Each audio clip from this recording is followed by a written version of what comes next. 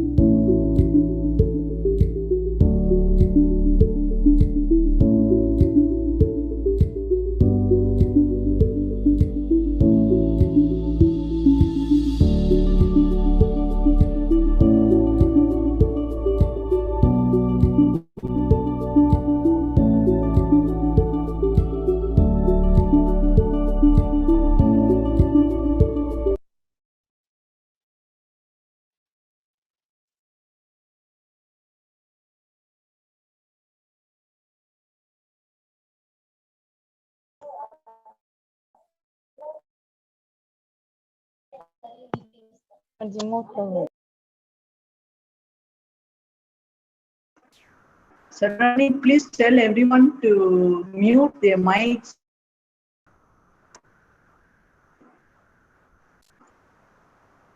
Yes, Sajina.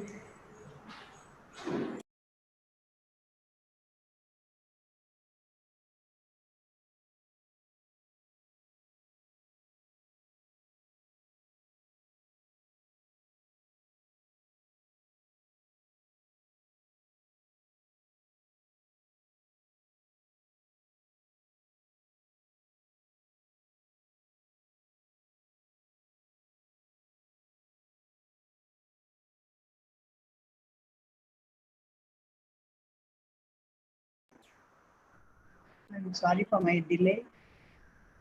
Maybe this Margaret. Nice to meet Johnny, Selvarani. This Yvonne is Yvonne here somewhere. Yes. I've seen you when I was a small boy. Now, Sister Yvonne is here. Did you see Sister Yvonne Selva? Yes, yes. She's in the Facebook. Oh, okay. Lovely and happy to see you. Yes. She could not enter through email, so she's following from the Facebook. Okay. Thank you. God bless you. I too struggle She's here. We're together. Okay. Happy to see you, Sister. Yes, you can start, please. Yeah, with all God's blessings, we will start just now the webinar.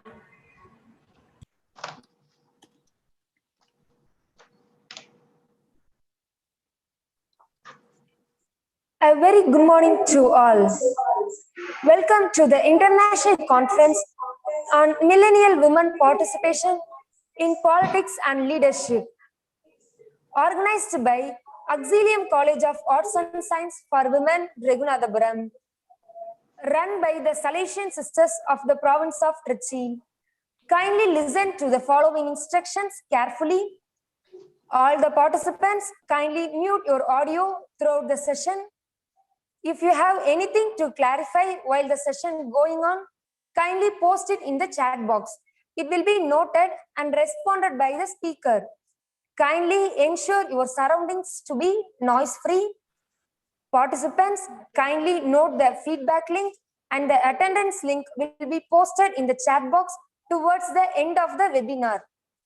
Only if the feedback link is filled, you will receive the participation certificate. This presentation is recorded and will be made available to all participants in few days. The YouTube link also will be available in our YouTube channel. Online streaming YouTube link is given below. For any number of viewers can utilize the session as it is presented now. Thank you. We start this event with invoking the Spirit of the Lord. Here, I invite our dear sister Dr. Jaya Pushpam to guide us in prayer through the group singing.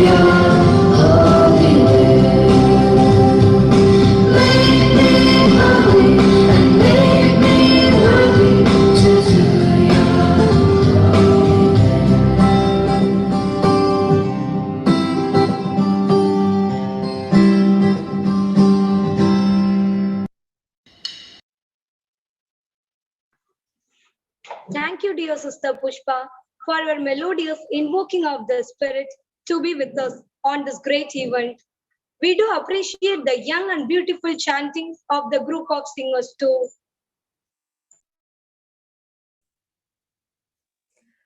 Now, here is our dear Reverend Principal, Sister Dr. Peter Silverani, to express her words of welcome to the dignitaries, resource person, and to all the participants.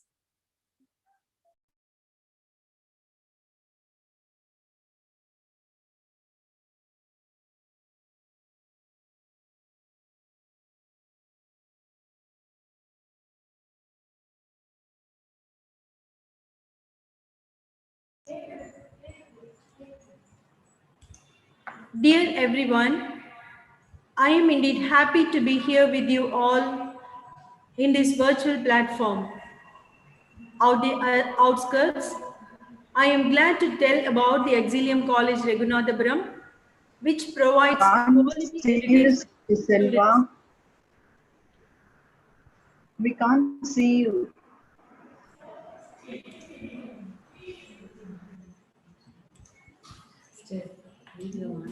Okay, go ahead.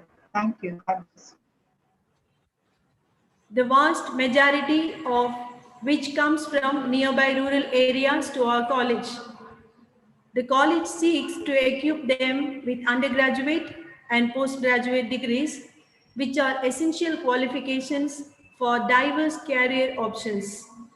It provides a holistic development model to the students by covering a variety of areas ranging from arts, science, faith, and moral, imparting of education by making combined use of its manpower and technology, increases the employability among the students by opening new job-oriented courses, and builds interactions with reputed universities, colleges, institutions to focus on new strategies for enhancing qualities of the students. We are proud to say that our students started filling up the faculty's list of various schools, colleges, government offices, institutions, companies, even universities.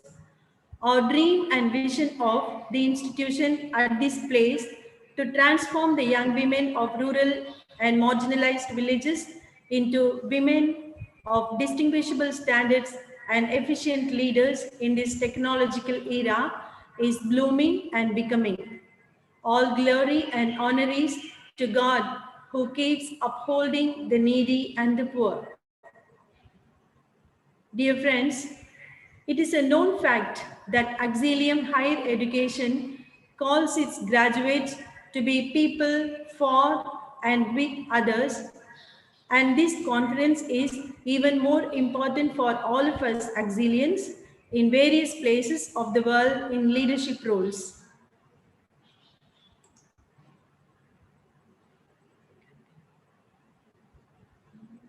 Today, I am thrilled to welcome many exemplary leaders here and now.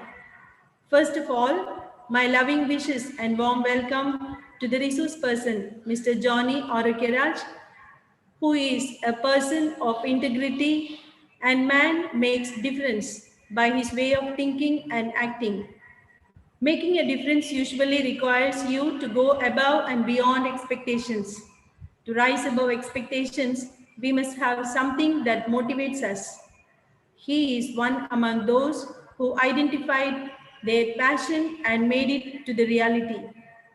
Needless to say, the topic suits him very much. Welcome you, dear sir. Dear Sister Runita Borja, FMA General Counselor for Youth Ministry, it is my great pleasure to welcome you to this portal of webinar. I extend my hearty welcome to Sister Yuvan Golet Lopez, Youth Pastoral Sector ISS FMA Rome, together with our dear Sister Annie Lolia, Youth Ministry team member. We feel happy to have you, dear sisters, to be with us during this webinar. It's my great pleasure and privilege to welcome our dear Provincial and PCI President, Sister Amalanathan Mary Margaret, who is the model leader, inspiring and motivating, making the recipients feel heard and understood. It's very much apt to have you giving this wake-up call for the leadership webinar. We welcome you, dear sister. Dear sister Dr. Regina Mary, the core group member, ISS FMA Asia, I am happy indeed to welcome you to this webinar. Thanks for having given your suggestions and guidance whenever it is needed. Your presence is our joy. I express my hearty welcome to all the participants and head of the different colleges and dear student communities. Yours is the day to listen to and to be motivated. I extend my warm and heartiest welcome to our dear sister, Dr. M.A. Maria Pushpam, the Secretary of Auxilium College, Raghunathapuram. Her loving and attentive care for the mission makes it grow for the upliftment of very many young people of the surrounding villages. I love to greet and welcome you, dear sister Dr. Pushpa, and the team of faculties and my dear students to this platform for growth and development to become transformers of future society. Once again, we welcome everyone and thank you one and all. Thank you, dear sister, for having welcomed everyone to this webinar in your own wonderful way.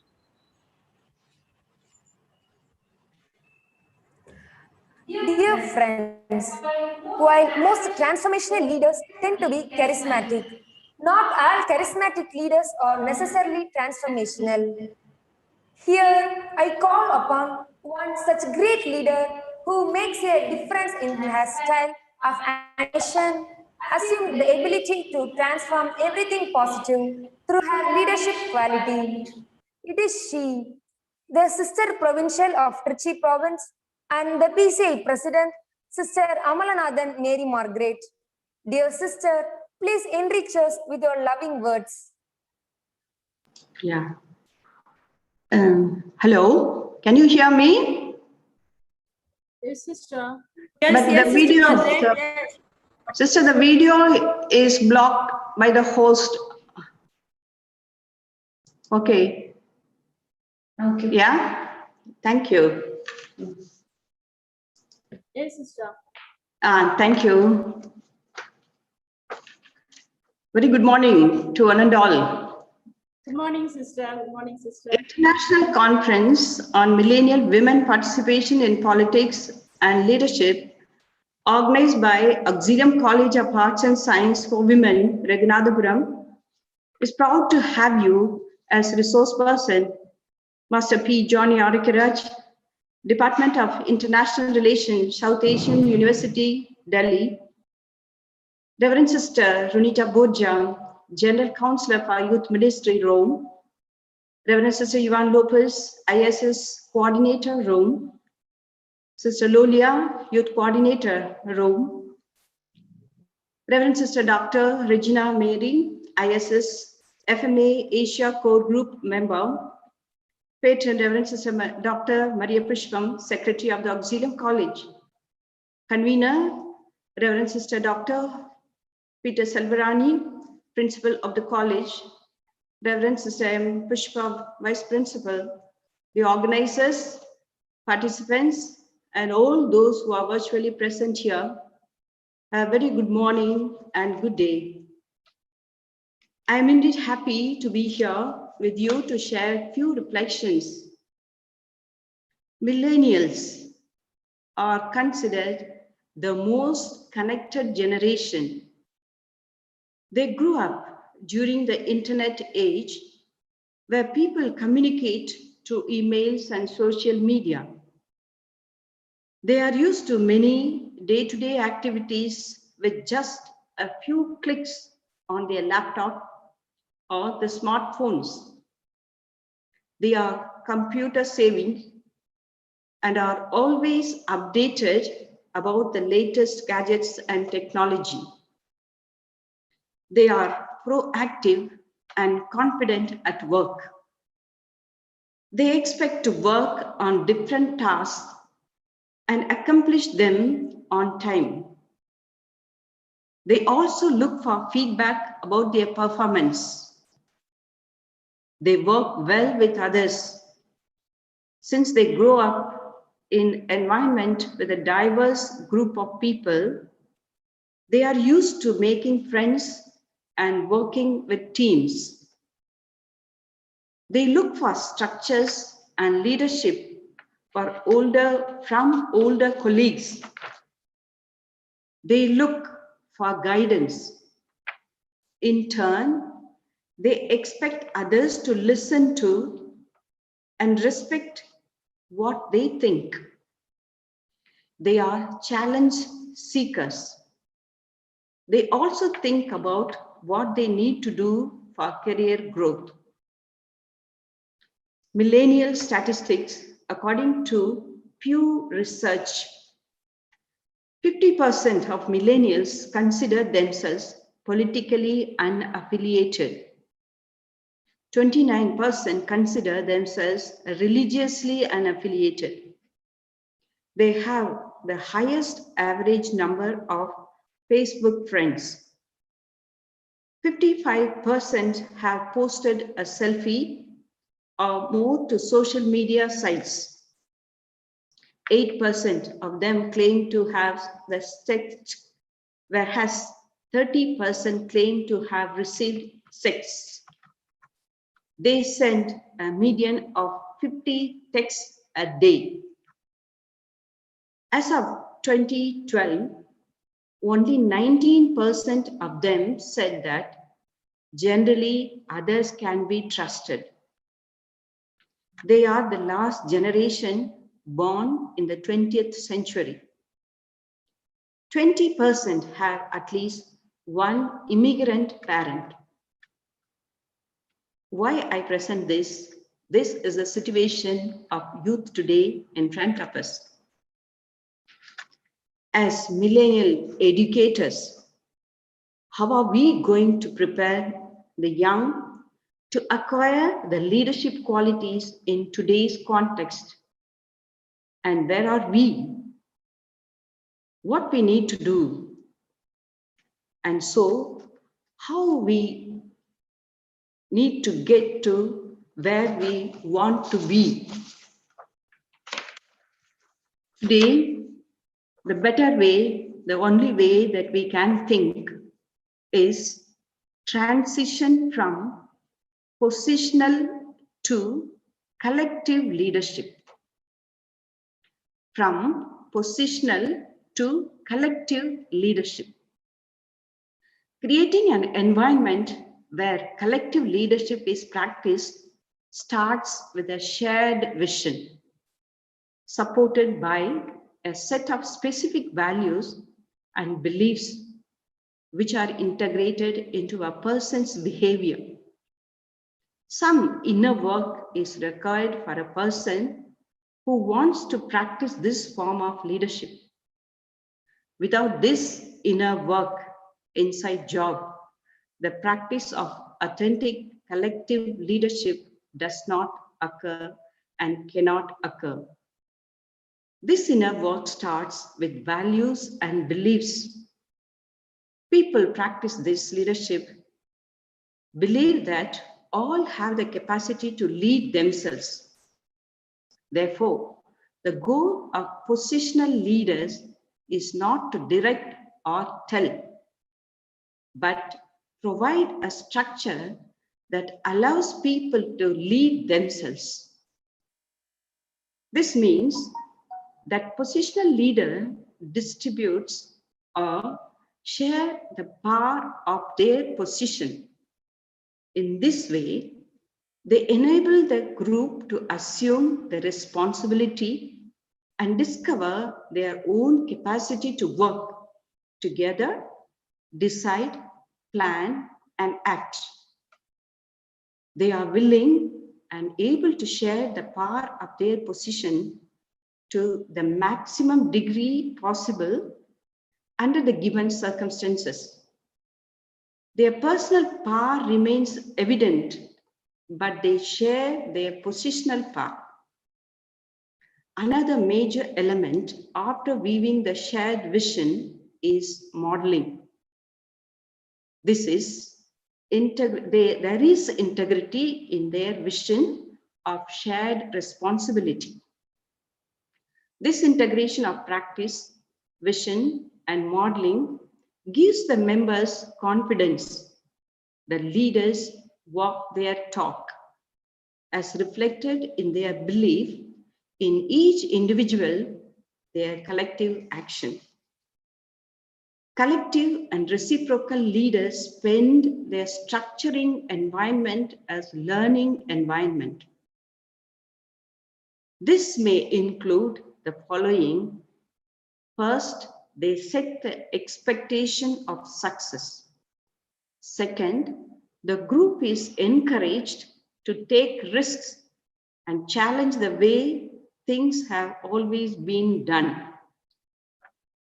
Risk-taking is supported by the creation of safety net. Safety net creates an environment where group members believe that it is safe to challenge and exercise personal choice in achieving the mutually stated goals.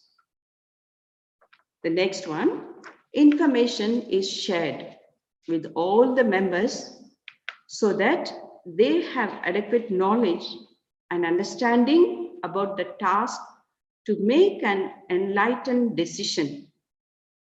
Positional leaders need not be the primary source of the information.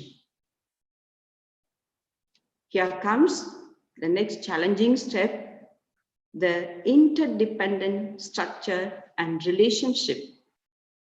This helps to ensure an understanding of the distribution of different talents among the members.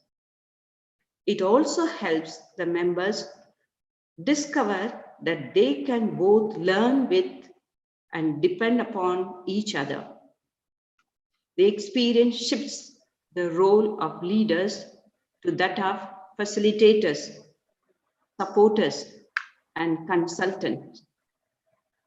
All these practices, and perhaps others which are not aware, that is so-called the hidden agendas, are needed to meet the challenges of the future as we practice collaborative leadership. What is the purpose of this leadership in the 21st century? To create, the first maybe objective, to create a supportive environment where people can thrive and grow and live in peace with one another. That is, we need to move from individualistic, egocentric attitude to other-centeredness, that is altruistic. The second, to promote harmony with the nature and thereby provide sustainability for future generations. That is to cultivate love for nature. What are we leaving for the future generation? Third one, to create a community of reciprocal care and shared responsibility, where every person matters and each person's welfare and dignity is the concern of us all. To have that respect and dignity and care for each person in the world. Today, we are challenged, confused, but a true leader does not create a separation, but brings people together. We know very well and analyze today's leadership in our country and elsewhere. As we reflect together, may God bless and grant all the graces to be or to become effective leaders. Very good morning and all the best for the day.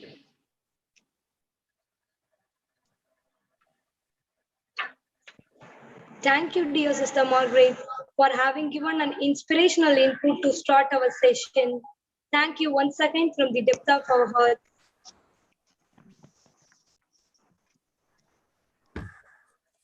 Now I call upon dear sister Dr. Regina Mary, the ISS FMA Asia core group member, who is a dynamic leader herself, inspiring the young sisters and the youth by her sweet character and able guidance. She is with us now to share her view on the topic of the day.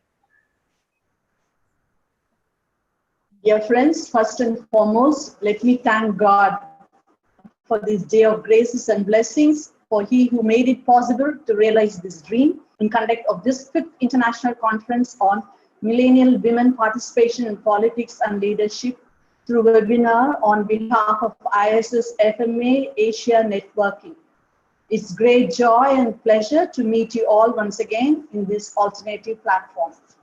I must mention my deep sense of appreciation and gratitude to the Reverend Sister Runita Boja, General Counselor for Youth Ministry Rome, Reverend Sister Golet Ivan Lopez, in charge of ISS FMA Rome, and Sister Lolia, whose continuous accompaniment, encouragement, and quality dynamic presence amidst us enable us to move forward with joy and enthusiasm in realizing the dream of this ISS FMA Asia networking. With special gratitude, I wish to greet Reverend Sister Mary Margaret Amalanathan, Provincial of Trichy and PCI President, who accepted to deliver the inaugural address today. Thank you, Sister, for your ever availability and enlightening message. I extend my sincere gratitude to Sister Maria Pushpam, Secretary, and Dr. Sister Selvarani, Principal Auxilium College of Arts and Science for Women, Raghunathapuram, Tanjore, convener of this conference, who volunteered to organize and to continue our short-term goal of ISS FMA Asia networking. Best wishes, Sister Selvarani. I wish to greet with sincere gratitude to Mr. P. Johnny Arakiraj, UGC Senior Research Fellow and PhD candidate, Department of International Relations, South Asia University, Delhi, who is the main resource person to enrich and challenge the minds of our young people on millennial women participation in politics and leadership. I'm happy and proud to say that he is a nephew of our Reverend Sister Selvarani. Looking forward to listen to you, Mr. Johnny.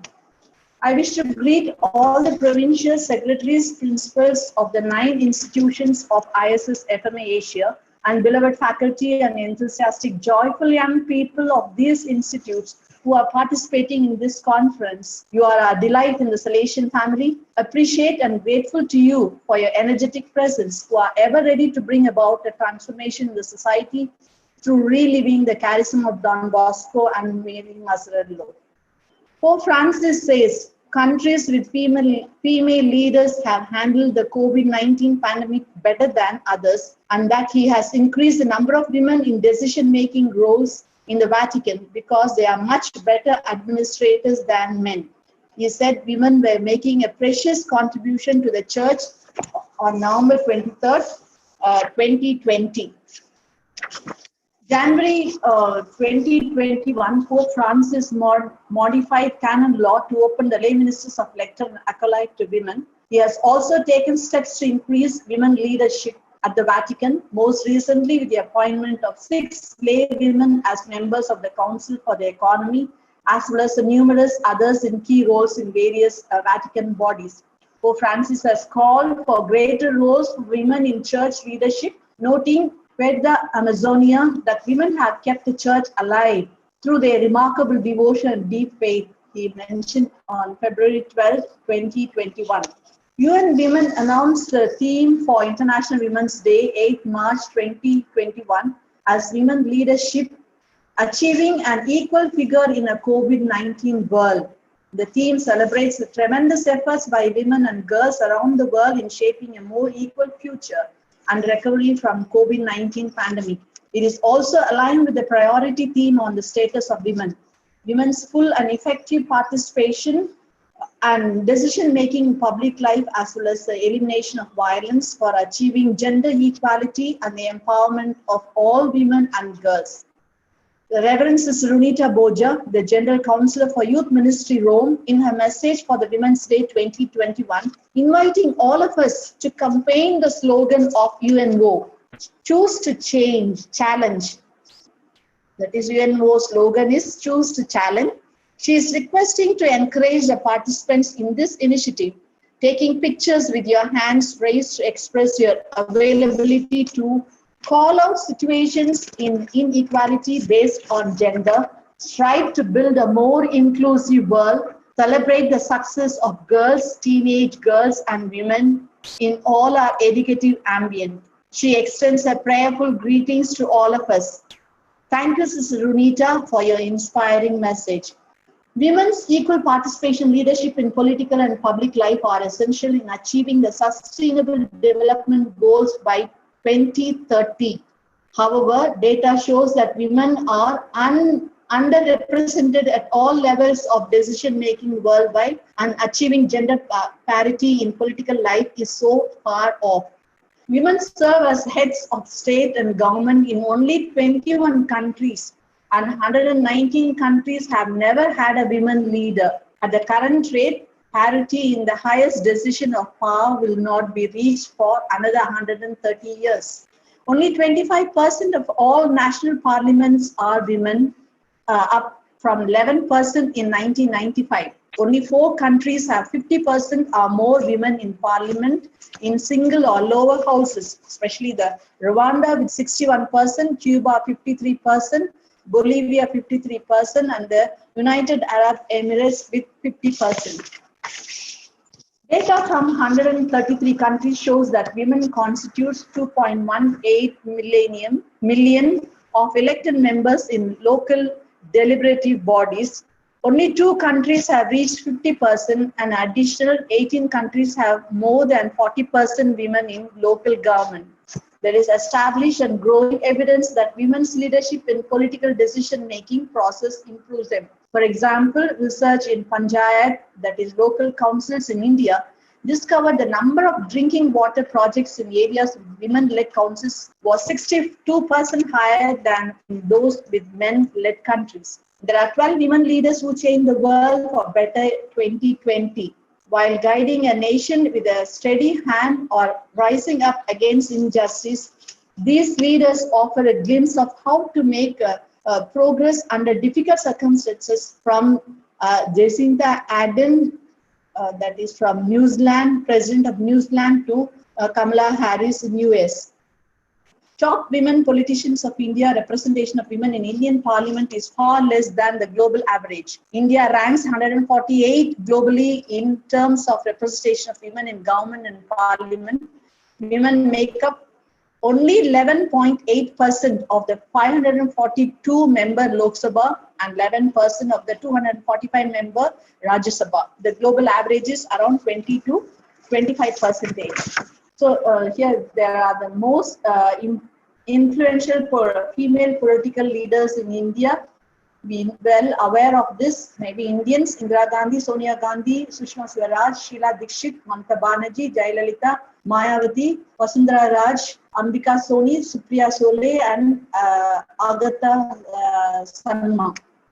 And I would like to mention here Bilkis Dadi, that is a political activist in India at present. At the end of 2019, India's ruling party enacted Citizenship Amendment Act, which introduced religion as a criterion for citizenship. But people wouldn't let this happen without fight. Least of all, an 82-year-old woman named Bilkis Dadi, that is birth name Bilkis Bano, Dadi means grandmother, who joined thousands of others in a Muslim neighborhood in Delhi to protest. Every day, Bilkis sat at the protest site from morning until night. Throughout the winter chill, she was undeterred.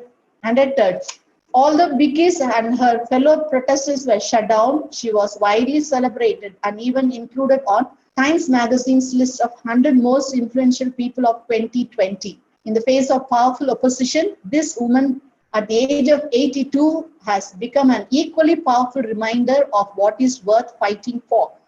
I would like to mention Disha Annappa Ravi from Bangalore is an Indian youth climate change activist, a founder of Fridays for Future India. Her arrest on 13 February 2021 for alleged involvement with an online toolkit related to Greta Thunberg the 2020 to 2021 India farmers protest gained international attention. Malala Yousaf, often referred as Malala, is a Pakistani activist for female education and the youngest Nobel Prize laureate. Dear friends, these young and old women are role models for us to make a difference in our challenging situations. Hence, I wish you all a meaningful webinar to uphold women's rights and fully leverage the potential of women's leadership in pandemic preparedness and response. The perspectives of women and girls in all their diversity must be integrated in the formation and implementation of policies and programs in all spheres and at all stages of pandemic response and recovery. Thank you very much and God bless you all. Have a great day. Thank you, Sister Regina, for your fabulous expression of the identity of the world's standard leaders. Words of your mouth symbolize the thirst you have for the youth of today to become effective leaders of the future world. Thanks for the inspiration given.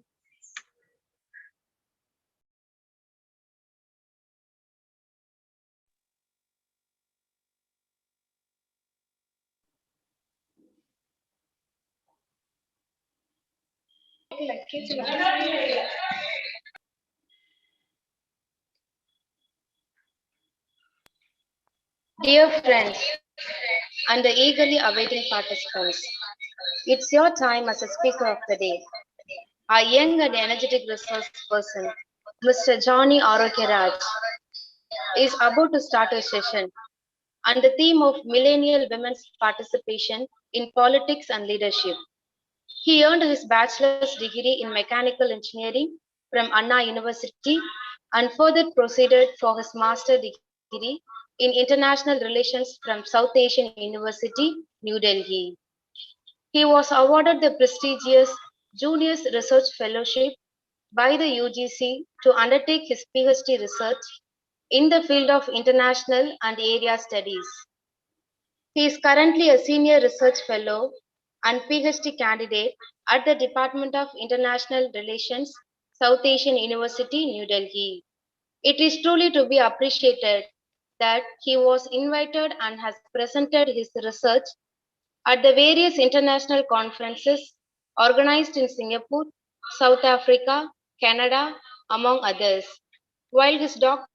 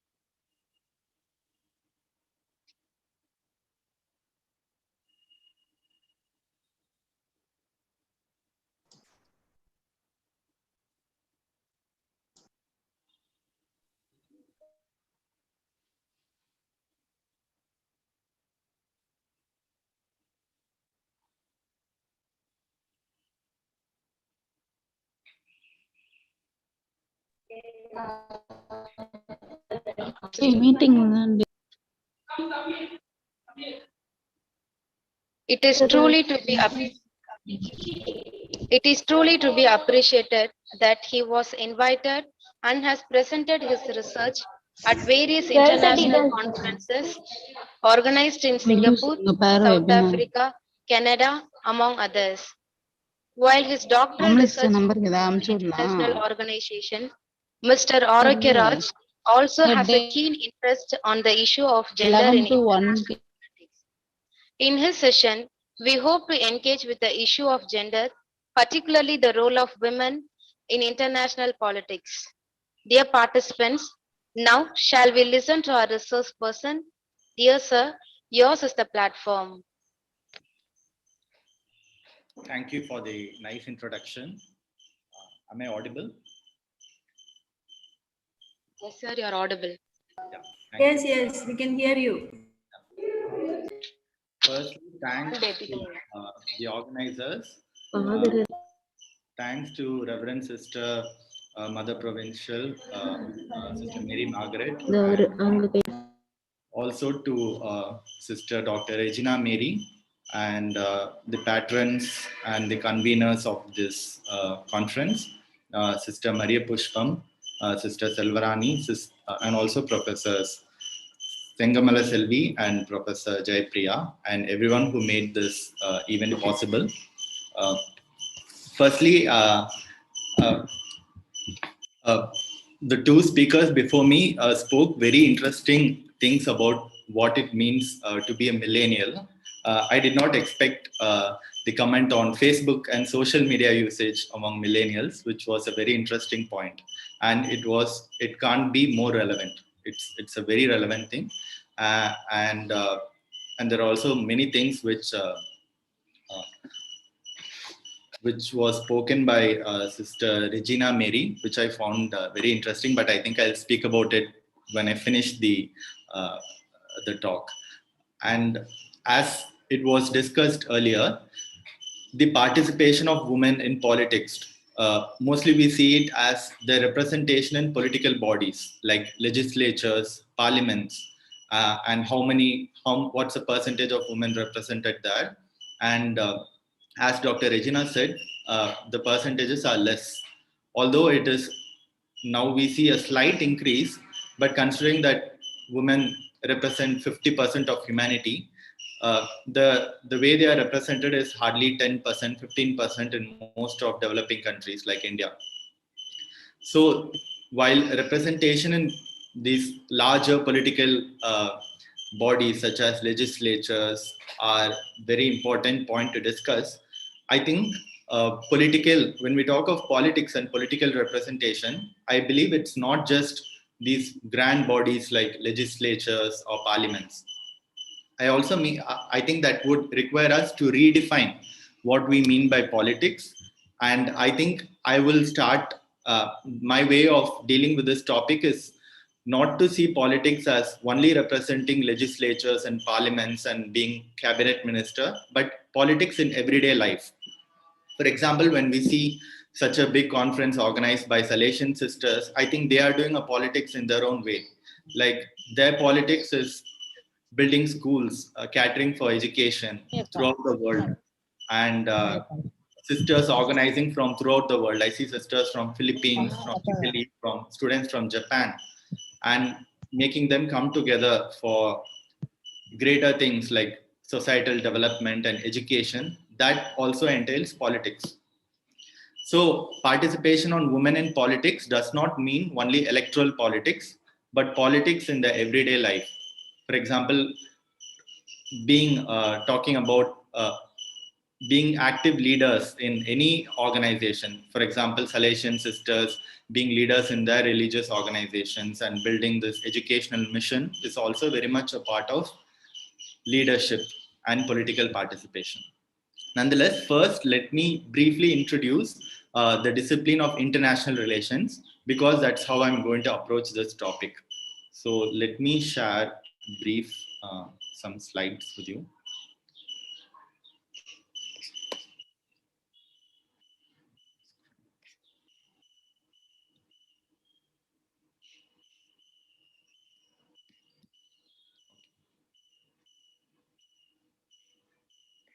Is it visible?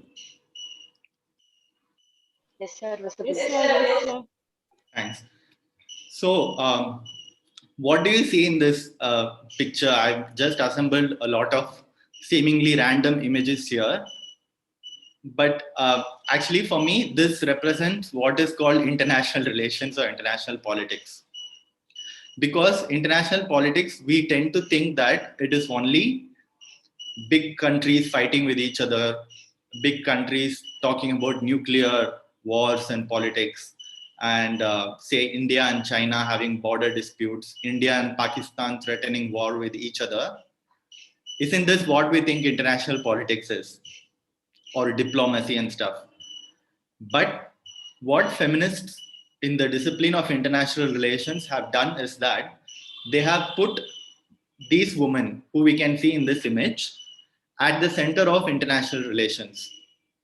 They are not, as you can see, they are not leaders, they are not Barack Obama or Indira Gandhi or Angela Merkel. They are not great leaders, but these women at the margins of international relations also affect the core of international relations. The first image, like what do you think it is?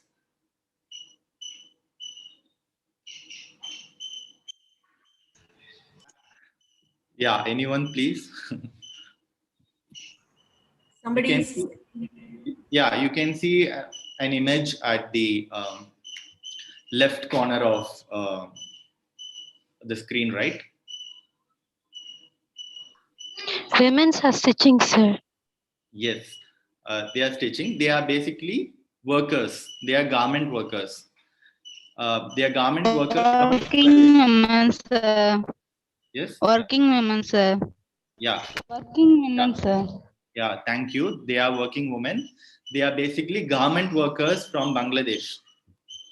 They are mostly not. They are mostly very much underpaid, and you can see that. But however, they play a very active role in how world politics is made, because they are responsible for a lot of exports going from these poor undeveloped countries to the rich developed countries, because that's how the global economy works. So these women, these garment workers in Bangladesh, they are the ones that that facilitate a lot of exports for a poor country like Bangladesh, and they are the ones that give foreign reserves to a small country like Bangladesh. That's the same case for countries like India, Philippines, China some time ago, and a lot of Southeast Asian countries. So these women are at the core of international relations, because through them world trade is facilitated, through them that poor countries are able to rise up, and through them that rich countries are able to consume goods in a cheap way. And in the second, so these garment workers in Bangladesh, we wouldn't think that uh, they contribute such a huge role in international politics, but they actually do. They play a very important role in international politics. And in the second and third images, you can see women clad in burqa. They're being taken by the police, but they are from two different images from two different countries. So I mean, I'd like to be interactive, but I think I'll just go ahead and explain. Uh, Actually, the first image is an image taken from France, where there is a burqa ban. So the woman's right choice for clothes is plays out in different ways across the world. So in the first image, a Muslim woman wearing a burqa in France is being arrested by the police for wearing a burqa. Whereas the image below, it's in Iran actually. So in Iran, you have to compulsorily wear a burqa. So here, a woman who is not wearing a burqa, or rather the hijab, she's being forced to wear it, and she's being taken away by the police because she did not wear it. So in France and Iran, two different places of the world, a same issue called burqa plays out in very opposing directions. In France, if you wear a burqa, it's a crime. Whereas in Iran, if you do not wear it, it's a crime. So there are so many questions of women being at the core of international politics, because women's rights is something that plays out at the core of international relations. Like countries like United States, they constantly attack countries like Iran and Muslim countries, saying that women don't have the rights. And such kind of discourses are often used to evoke war in these countries. For example, if the United States wants to launch an attack on Iran, one big reason that it could give is that women don't have human rights in Iran. Whereas what we see from the above image, even women in France don't have exactly a complete right to even dress according to their wishes. So these kind of contradictions around the issue of women and women's rights are very pervasive in international relations, both as a discipline as well as how it plays out in the real world. So feminist scholars in international relations have highlighted these seemingly random issues that prove how important women are to international relations. And now this brings us to the topic of the conference itself, which is millennial women's participation in politics and leadership. So the first question I'd like to ask is, what do we understand by politics? So what I'd like some students to answer, what do they think politics is? How they, what comes to their mind when you think about politics? I'd like some students to participate as well. Politics is service, but now they're using only economic purpose, business. Okay. But politics is a Yeah, not. It's not really audible. Excuse me, Yes, sir. yes, please. Politics means working with the connection of government. Yeah. Okay, great. Yeah, that's a nice answer. And yeah, I'll go ahead with that answer. Politics is commonly understood as working with the government. For example, being an MLA, being an MP, being a councillor, being a prime minister. This is what politics is considered to be, which is of course a very important way of how politics plays out in the real world. But there are different meanings of politics.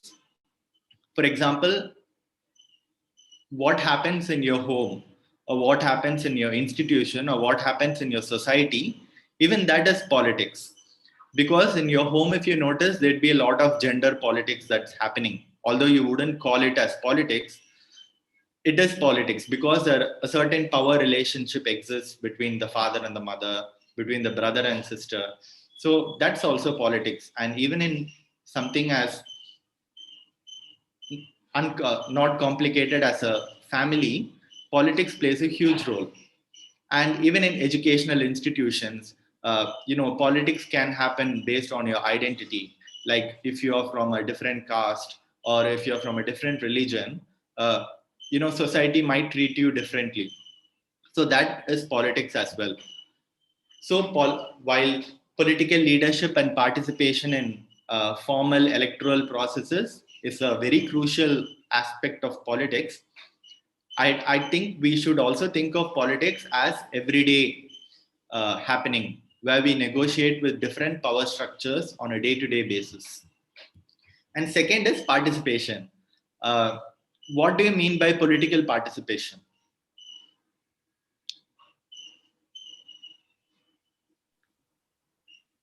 Participation is nothing but the voting. Yes. Voting, sir.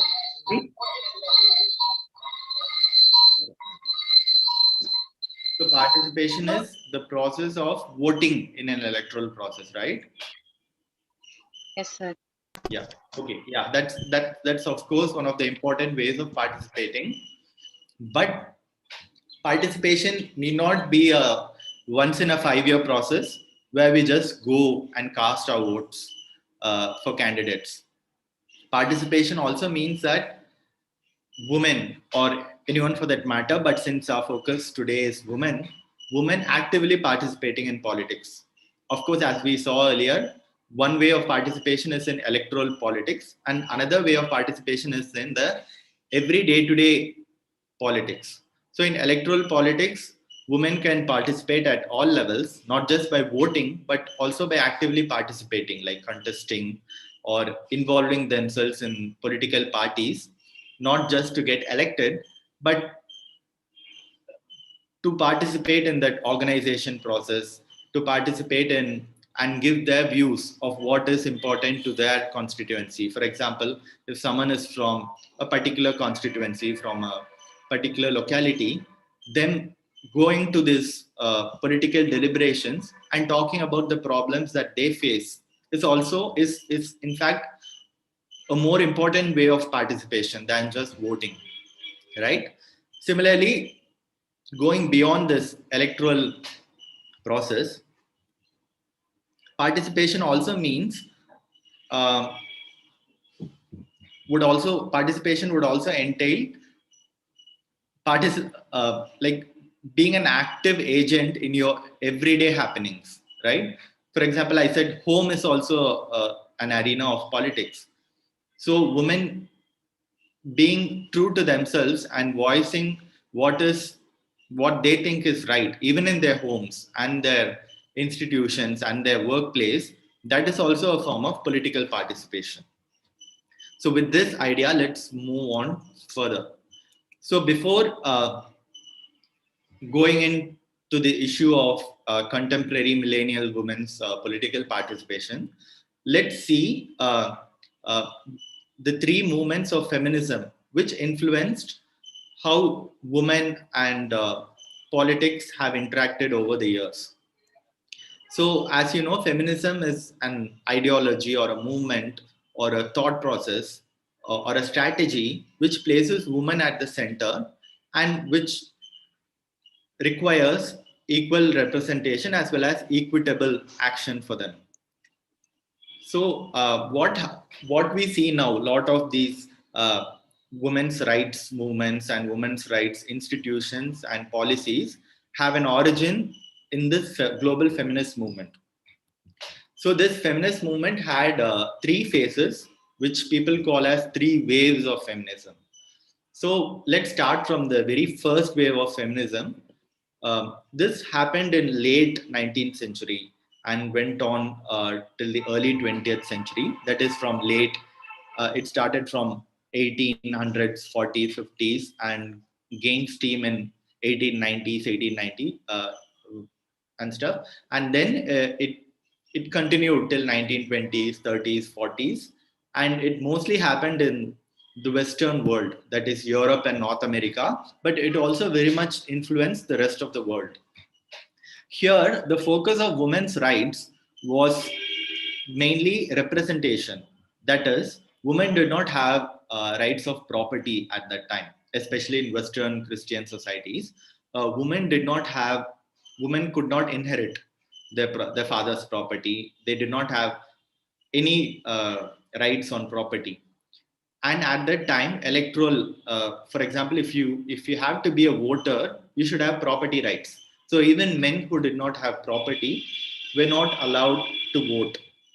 So although many countries like United States or France or many of these Western European countries were called democracies even at that time, they did not grant a universal adult franchise. That is, uh, not everyone could vote. Not even all men could vote. Forget about women.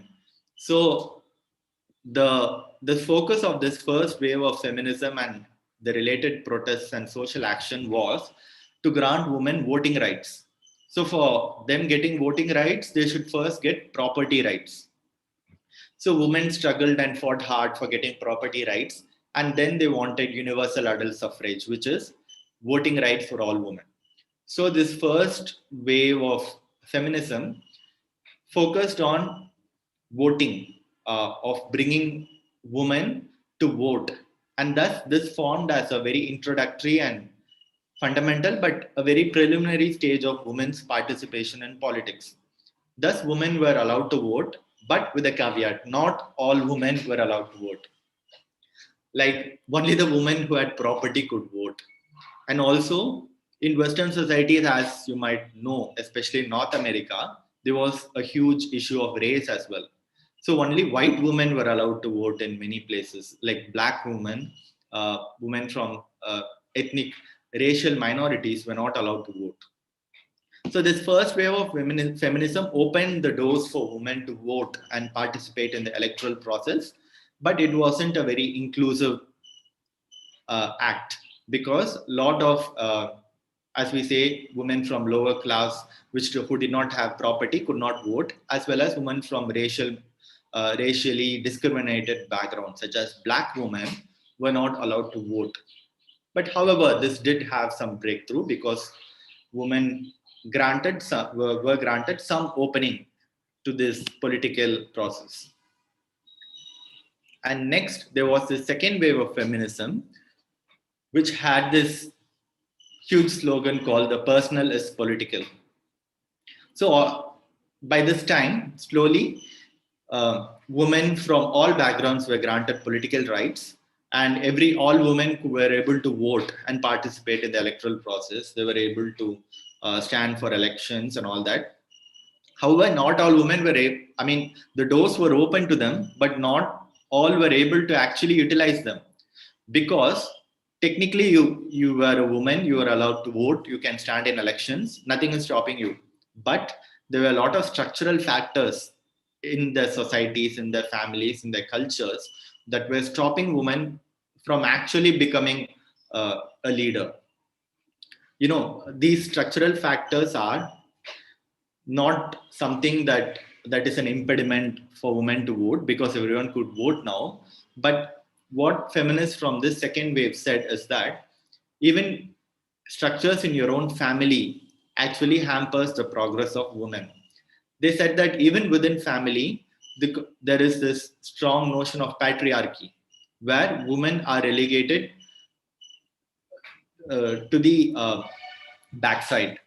Even in family, it's the man, it's the father who has most power, and the women are expected to be subservient to them. Women are expected to be mothers and caregivers, and not be the head of the family. So when the family system itself imposes so much conditions on women, how can women be great leaders outside their family? So even though they can technically be, practically they can't be, because the family structure itself makes women subservient to men.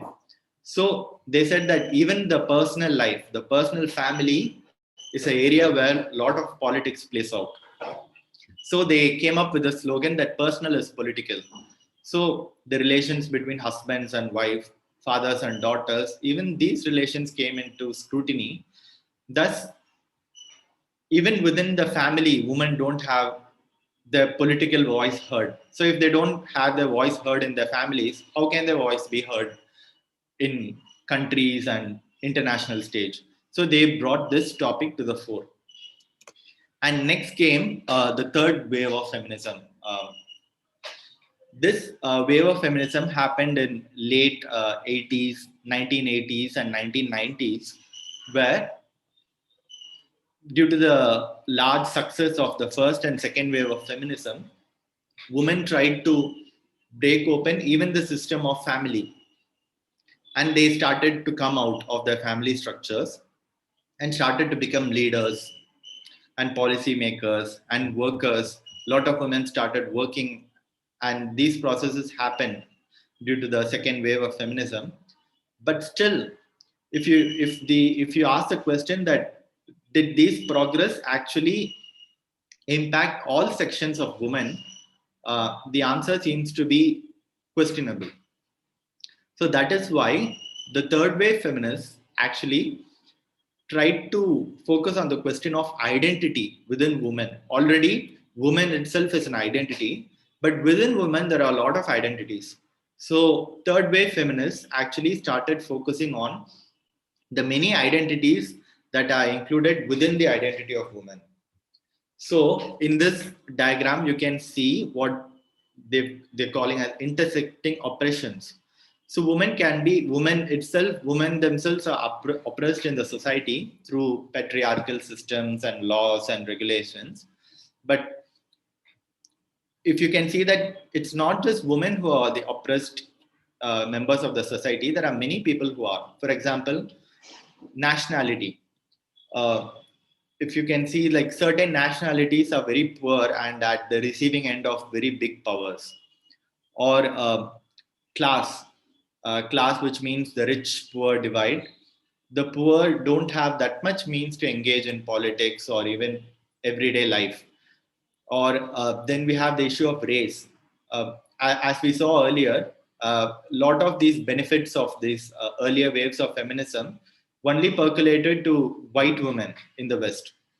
If we take this criteria of race in a country like India, many critical scholars would argue that like women from lower sections of the society, for example, lower castes, they are discriminated more than the women of upper castes, which is empirically true as well.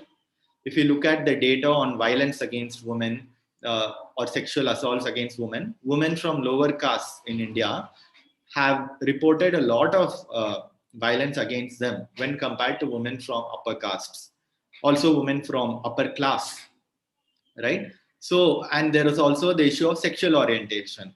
Like there are transgenders, there are lesbians, LGBT people, etc. And they also face a lot of discrimination in the society. And there is also the issue of ability, which is whether you are able-bodied or you're a disabled person.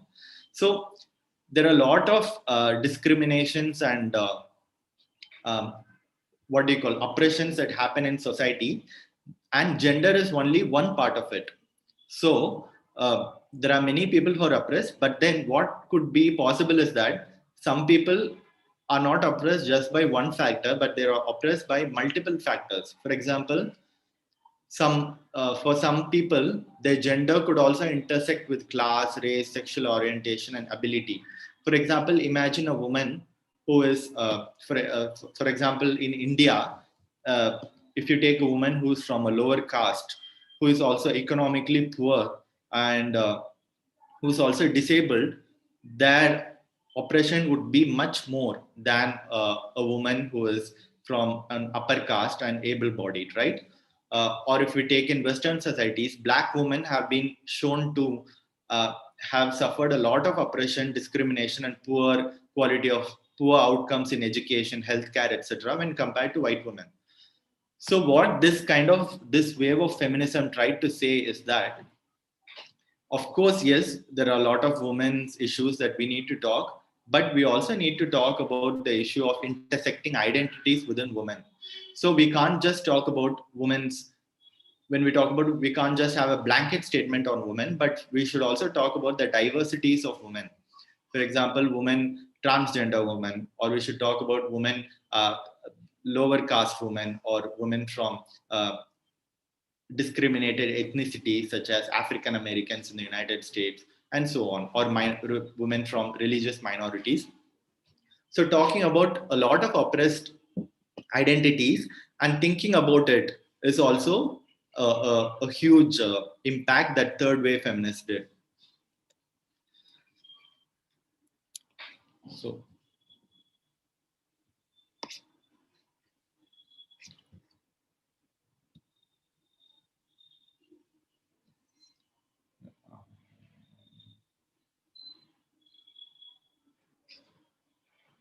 just a minute. Trying to maximize my screen, but I'm not able. Okay.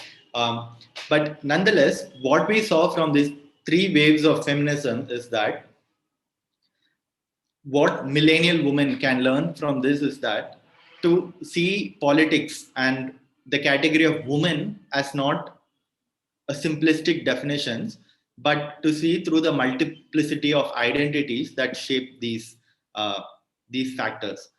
For example, women, when we talk of women, we also need to talk about the different identities of women. And we are talking about women's participation in politics, particularly millennial women. We should also talk about the diversity of millennial women that exists now.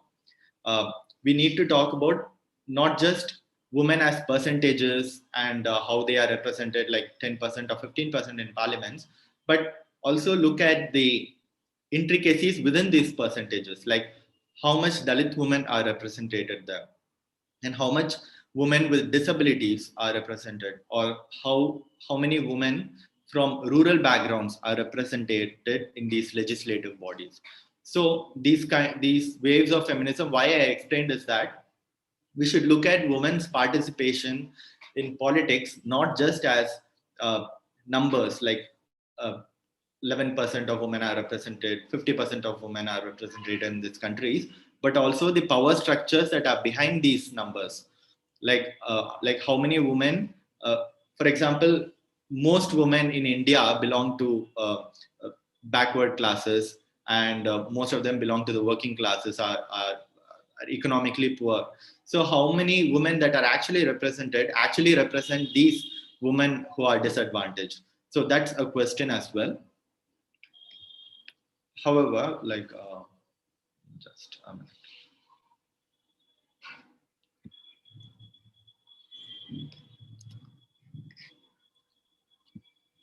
Yet the question of representation of women needs to be seen in a historical way. So I'm just, are you able to see my slide? Yes, sir. Yeah. Okay. So, so this is a very classic image of how politics used to happen, because traditional, like this is, like, what do you think this is? This picture, what does this? Any idea of what this is?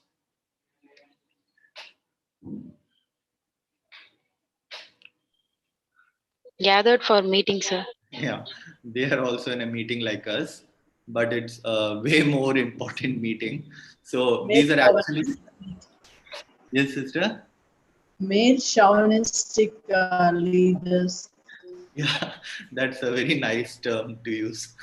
But yeah, definitely. So this is actually, these are the world leaders who actually met after Second World War to discuss the institutions that the world is going to build after the war. So now you all would have heard about United Nations, World Trade Organization, International Monetary Fund. These organizations emerged after a conference called Bretton Woods, and these are the leaders meeting at the Bretton Woods conference. And these are the leaders who signed and deliberated and created a lot of these international organizations and bodies that we have today. So even at that time, 50% of the population of the world was women. But as you can see, it's full of these men who actually created the laws and created the institutions that are still powerful and are still impacting us. Right? So you see no representation of women here in the institutions that govern us globally. And based on the insights of third wave feminism, which I talked before, these are not just men. You can also observe another thing if you see them closely. They are also white men, right? They come from the same part of the world. They probably represent maybe 15% of the world population even at that time. But they actually created the international organizations and bodies that governs 100% of the world population. So these are the questions that the focus on representation of women makes us to ask. And so that was in 1945, and this images from 2018, I suppose. This is from Brazil, and even I'm not sure where this is from, but I suppose this is Brazil. But even here in a cabinet meeting of a country, you can see them, all of them men, deliberating on laws to formulate on the entire populations, 50% of which are women. These these things are really these things are when we talk, based on the insights that we have shared, these things should actually shock us and um, actually, just a minute. Pardon me for the interruption. It's not needed actually. It's not. You can get tomorrow. Okay. Pardon me for the interruption. Um, Drawbacks of online meeting, I guess. But yeah, these kind of images should actually shock us. And this is the data based. I've taken this from World Economic Forum, which is a very important forum that discusses on business and trade issues around the world. And they've released this report on women's political empowerment. From this, you can see the data, which Dr. Sister Regina already shared with us. We can see that globally, when we look at the parliaments and main lawmaking bodies of all the world countries, they've taken the data of 153 countries here. Only 25% of the lawmakers are women, which is 1/4. So, but this is global average. If we talk about a lot of countries like India, it is about 13.25%, I guess, like around 14%, which is way less. And if you look at these 25% is legislators. If you look at ministers, women who are actually in roles, in executive roles, the share is even lesser. It comes to 21%. And then not currently, but even if you look at historical data of countries, of all these 153 countries, only less than half of these countries, that is 47% of these countries, have had one female head of the state, prime minister or president, in the past 50 years, in the past century. So we know that Western countries are much developed. For example, United States is considered the most powerful country in the world. But even now, perhaps after 240 years of it being a democracy, we have not seen one single female leader coming, female president from the United States. So but then, as people from South Asia, and there are also participants from Philippines, we, like a lot of countries from Asia and Africa, have actually elected a lot of women leaders. Be it centrally or locally. Like India had leaders like Indira Gandhi as a prime minister, and we've had a lot of chief ministers in India who are women. Bangladesh has had women prime ministers. Pakistan has had. So Philippines had a very important prime minister, president. So a lot of Asian countries have had, but still the percentage of these is very low.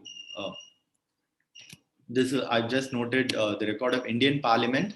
In Indian Parliament, the representation of women used to be really, really low, but there's been a slight increase of late. Right now, there are 78 female parliamentarians in India, as opposed to its total strength of 543, which makes it just 14.5% of the total members of the parliament. Whereas in Tamil Nadu's assembly, which is where most of the participants today are from, I suppose, it is way lesser, 9%. I mean, Tamil Nadu, we are a state that often talks about social justice and equality, and we have actually achieved a lot on that front. But if you look at our representation of women in our elected bodies, in our legislature, it's very dismal. It's very abysmally low.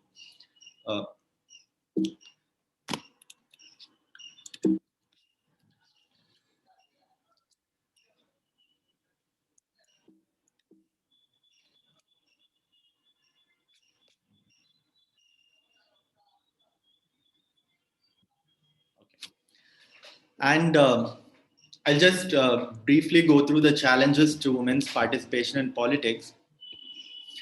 Is that women, as you know, face a lot of violence, physical as well as sexual violence. And there is there is also the issue of women having slightly less educational attainments than men. And there's also the pervasive issue of discrimination. So violence, as you know, happens. Political violence is a very pervasive thing, but with women, it is it happens in even a disproportionate way. It's not just physical violence, but if you see, if you can just go through like social media, if you go through political posts of female MPs or female leaders that you may know, if you scroll through the comments, you can see that a lot of negative and vile sexually based comments are more prominent for women leaders, right? It's easy to just abuse them and call them, because they think that if you abuse a woman, you feel powered or whatever. But women face a lot of these sexual abuses, a lot more than men. And then there's physical violence also. And this is not just in electoral politics, but in everyday life. Even within homes, a lot of women are not safe. So because even their local everyday life, they have to face a lot of issues. It actually impedes their progress in participating in politics, both as a voter as well as a active leader and lawmaker. And also literary and educational attainment.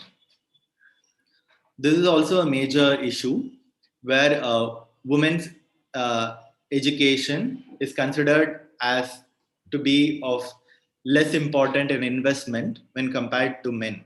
this happens in most societies, at least in India. This is a very common problem where, for example, parents would invest more money in educating their son, whereas not so much with their daughter. So this actually impacts in their engagement with the outer world as well. And then discrimination. This is something that most of you women would know, and I need not tell you. Society discriminates women on a lot of platforms. So these three are the major issues that actually uh, emerge as major challenges to women's participation in politics. And after this, I think I'd like to come towards a closure. So what we've seen is some data on the participation of women as it exists today. But according to the lot of research that has been done in the discipline of international relations, particularly on the issue of peace and conflict analysis, when we have women on the negotiating table, when we have women making laws, when we have women actively engaging in the electoral and political processes, the outcomes are often positive. For example, Sister mentioned the case of Rwanda as one of the uh, countries which has a very high participation of women in politics as well as representation. If many, I'm not sure if you might remember this, but Rwanda is a country that faced one of the worst harrowing genocides ever in human history. It happened in 1994-5, and millions of people were killed in that country, and that country was in complete chaos at that time. And it was at that time that the peace building and reconciliation process happened in Rwanda, and women played a huge role in that. And after that, as a part of reconciliation of that country after this genocide, women were seen as active agents in the political process of Rwanda. So now Rwanda remains a relatively peaceful country, and women play a very important part in perpetuating peace in Rwanda. Similarly, in many conflict-ravaged regions where post-conflict processes involve women, the outcomes have always been positive. Like women are able to make more peace in their negotiations and their diplomatic processes. So I shared an image here of one such prominent leader. Do you know who this is? Oh, sorry. So this is very... Angela Merkel from Germany. Yes, sister. This is a very prominent and one of the most significant leaders in recent history. She's Angela Merkel from Germany. Like in Europe, we see a lot of, in Europe as well as North America, we see leaders like Trump. We see a lot of right-wing populist leaders emerging. But this lady has been a strong lady who advocates liberalism, democracy, peace and cooperation, as well as European integration and such progressive values. So we can see women like Angela Merkel as well as several women, as well as one of the former prime ministers of Philippines. I'm suddenly forgetting her name. Our participants from Philippines might remind us of her. But such women have contributed a lot in maintaining politics as more of an endeavor for peace rather than making quarrels and fights with countries, like how a lot of male leaders have done in recent times. The main example being Donald Trump. So a lot of research has shown that women as leaders can actually result in peace and more sustaining peace processes. But then we also shouldn't kind of essentialize that women would always be great leaders and would always result in peace and would be very caring and humble leaders and such, because we also have a lot of authoritarian women leaders, like like a lot of such leaders in India, who are not exactly known for their very peaceful nature of doing politics. Nonetheless, their representation has actually helped women and helped various welfare systems that have taken place. So women can also be great peace-loving leaders who have actually affected peace, and can also be rather tough leaders. Nonetheless, we can agree that what matters is the representation of women. And again, I'd like the students especially to actually come in and tell who this lady is. Anyone, please? Interested, no? Yeah, Vikiti, I mentioned already. yeah, yeah, yeah. That's actually Bilahi Ravi. yes, yeah, yeah. I actually thought of giving this example of her after Sister mentioned her, because I think it's a very beautiful way to end this talk by mentioning her. It did not strike me earlier, but during this introductory remarks, I thought I should talk about her, and I quickly downloaded her image and I fit into this presentation. So, you all might be knowing that last year, in late 2019, India passed a bill which became an act, which is called Citizenship Amendment Act, which, let's not go into the minute details, but it's an act that intended to exclude one of the major minority community in our country, that is Muslims. So this is an act which kind of treats them as second class citizens, right? So in so this is when you think of this act and this political event, it seems like it has nothing to do with women, because it's talking about Muslims, it's talking about refugees, it's talking about illegal immigrants and such categories. But why it is very relevant to women's participation in politics is that you can see this lady, a very frail, seemingly frail old woman who's like 80 years of age. She came and participated in it. Okay, she won't be an MP or an MLA or or even a councillor for that matter. But her participation in politics is what is actually a more impactful way of participating in politics, because she came forward, she lent her voice through that protest, and this issue was not concerning women per se, but like we saw about the concept of intersectional feminism earlier, women women's politics need not just talk about women per se. It also needs to talk about other minorities, other disadvantaged groups, uh, other people from lower classes, people from disadvantaged races, people from oppressed castes, and people from oppressed sexualities. So women need to talk. Women need to consider other oppressions as their own oppression, and they need to come and lend their voice to these. So I'd rather say Bilkis Banu, this old lady coming up and protesting against CAA, is a kind of, could be like an inspiration for millennial women to participate in politics.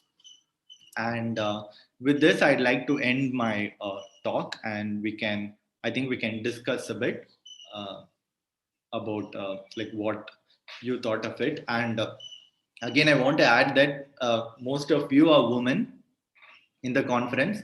It is you who know more than me. I just provided an academic and input from my own discipline on this issue of women's participation. It is most of the students, most of the young girls. You are the ones who have more experience on women and how you deal with everyday politics. So it's up to you to talk and engage with this issue more. And with this, I'd like to end my talk. Thank you very much, everyone. As some questions and queries were posted in the chat box, I would like to have your response, dear sir.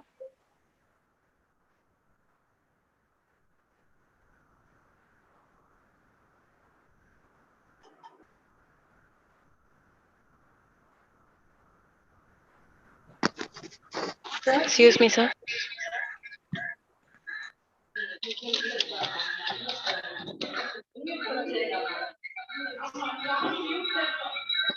Not audible, Johnny.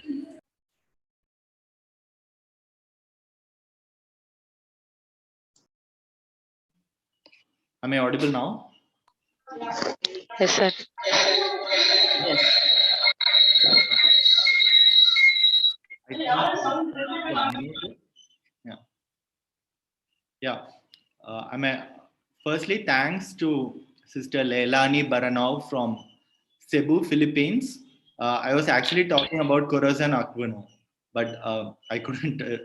I wasn't reminded of her name suddenly. Like Corazon Aquino is one of the prominent historical leaders of Philippines who led that country, and earlier she played a huge role in bringing down Philippines' very illiberal and almost authoritative government of Ferdinand Marcos.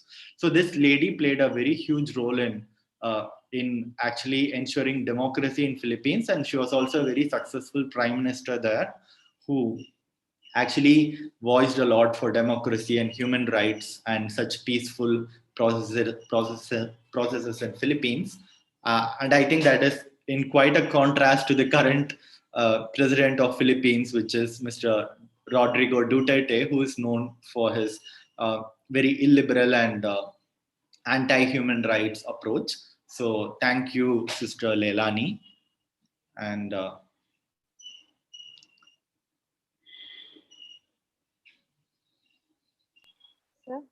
yeah, I'm not able to see the questions. How can we enter into politics after study, sir? Okay. I don't know. It's like I mean, I'm just in a simple academic, so I just gave what I know from the discipline of international relations. I I think in India, I think anyone who's about 25 years of age is eligible to contest elections as an MLA or an MP. You just need to be of sound mind and not bankrupt. And I think those are the criteria for it. And as we said earlier, if you young girls are able to actually engage in electoral politics, that would be great. But as I said before, politics does not mean only participating in electoral politics. It doesn't mean just becoming an MLA or an MP. It could also be, for example, if some of you are from rural areas and intend to stay in your villages, if you are able to participate in your own panchayats and voicing for the various issues that affects your villages, like the issue of water or the issue of rights of minorities in your village or the issue of pollution in your village. These issues, if you're able to talk in that local political forum of your own village, even that is a participation in politics. Or if you're going to be a teacher and you actually enlighten your students more on politics, even that is a performance of politics. Like, or if you could become a part of Salesian sisters, and if you are able to build more educational institutions and network with sisters across the world, that would also be a political act. So I think you can participate in politics through all these means. It's not just electoral politics, and even if it's electoral politics, I think there is nothing stopping you. Yeah. Thank you, sir. Thank you. Sir, Yes. if parents are not supporting, what shall we do, sir? Okay. I think if you are after you are I think I don't know. I mean, I think these are issues that women have to discuss with themselves, because I just gave a very preliminary idea of what I know. It's you women who have these experiences, and the senior women sisters could guide you more on it. But I think as an adult woman, as an adult citizen, if you have the requisite education, I think you should be independent enough to decide for yourself. And it's your responsibility to gain the trust of your parents as well, I suppose. But I think you women know more on this than me. Good Can I add, afternoon, sir. Yes. Yes. Yes. can I I'm add a word Shweta. for Sweta? Okay, continue. Sir, as a student of, as a scholar of research in international relations, what is your opinion about women are suppressed in cultural basis? Sir, what is your opinion? And one more question, as a young and enthusiastic and energetic person, what is your suggestion to young students to continue their life as well as their education? Yeah, I think. I'm just a doctoral scholar. I'm not greatly experienced, as your introduction speech mentioned. But I don't have any advice. But what I think is that what we talk today, which is women's participation in politics, is that uh, I think you are getting a very good education from these institutions, and putting your education into work, and then I think that itself would be a way of contributing to the society in whatever work you do. You could be a teacher or a nurse, or in whatever ways, or you could work in a company that actually provides a lot of employment to local people, or you could be a leader, be it a counselor or a prime minister. So these are all ways in which you can impact the world. It doesn't need to be a great job, or it depends on what you feel is right. Yeah. I think there are more senior sisters and people here who've governed institutions and have a lot of experience, and I think they could, a lot of women in particular here, I think they would be able to answer you on how to go on with life and participate in the world as a woman in a more helpful manner, I feel. Good afternoon, Can sir. I add a word, sir? Johnny, can I add opinion? My opinion. Sister, please, Yes. please. Okay. I was really happy in a practical way to reflect politics in everyday life. That was very, very nice. But for us students, as we are raising question as women, and only one thing, maybe it inspired me to think, what is my identity? Okay, my identity today, maybe in my family, in the village, in the college, or in the situation in which I live. If I am very clear about my identity, slowly, I can really develop that leadership quality. Even I can enter and stand for values for others, no? Yep. So this identity crisis arises from small itself. So maybe now our young girls in the college or youth anywhere, if it is very clear, we can also assume this responsibility. Exactly. Yeah, thank you. Good afternoon, sir. Good afternoon. Sir, I have one doubt. Can women get empowered through informal labor activities, sir? I think a lot of women are actually engaging in informal labor as of now. That's the reality, right? Most of Indian labor market is informal, of which women play a very huge role there. Um, I'm not sure about how it relates to empowerment. Like, I mean, it could be like for a woman from very bad um, economic resources, even working in an informal sector, or contractual laborer would be of some financial help for them. And but I think empowerment would would entail governments and our leaders to give a proper employment for everyone, which is not informal employment, right? It could be formal employment. Informal as in, like, for example, agriculture, these kind of employment is there, that is fine.